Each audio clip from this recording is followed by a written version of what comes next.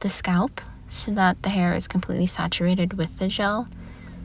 The hair isn't wet, it's damp, and if it feels like it's too dry, I would add some water, but not too much water because then it'll be considered wet. And I feel with the gel, mixing it with water doesn't necessarily work well enough. So when I work with the rest, I split my hair in what looks like a quarter, and then just put everything up again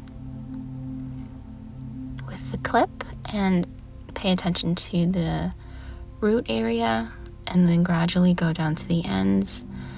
The ends are getting a little difficult because they look more dry than the rest of the hair. Ultimately, like I mentioned in a previous video, I just need to snip those off and completely work with beautiful hair.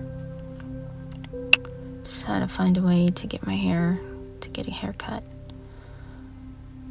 Anyways, when I'm satisfied from raking it through, also finger detangling, I then work on the other half, but I take it differently. I start from the back, gradually rake that through, do some scrunches to the ends if needed, and the remaining hair just goes behind the ear so that I'm not twisting it, manipulating it, and making it sometimes tangled more. That's why it's just behind the ear, because it doesn't take too long to rake through the sections. Not too time consuming, more efficient.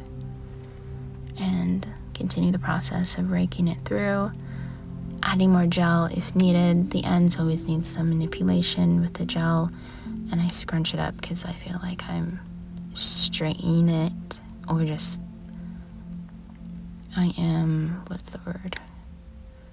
elongating the curls when I would like the curls to look good. And then of course I'm seeing some redness on my jaw area, and I'll explain later why that happened, as well as my forehead. Once I'm satisfied with applying some of the gel to my ends and everything else, I would add a little bit to the hairline, but I will probably wash that off later because of something I thought was the cause. So here's the finished product. Gonna let it air dry so it can form a cast, and then I'll just head to bed.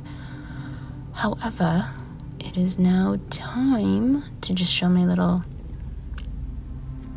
placement of how I got some hair fallout while raking my hair through with a hairball from the shower of 7, maybe roughly 1,000 hair strands.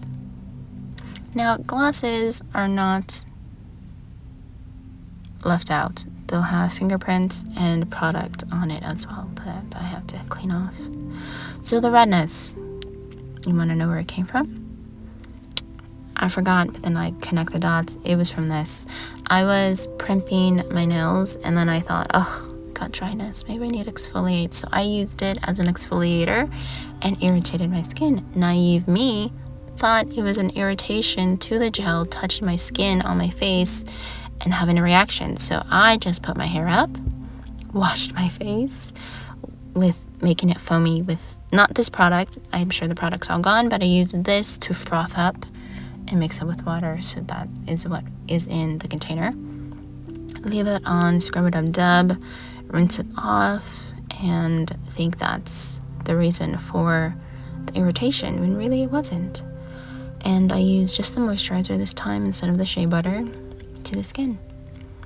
And hopefully the redness will subside, and of course you see the pimple closer, and go from there. But that's the struggle. So the next day, curls look cute. Minimal frizz, maybe toward the ends, of course. But I think it's a nice addition. I can use this maybe throughout the fall and go from there. So thank you so much for watching. Like and subscribe, and as always, embrace joy.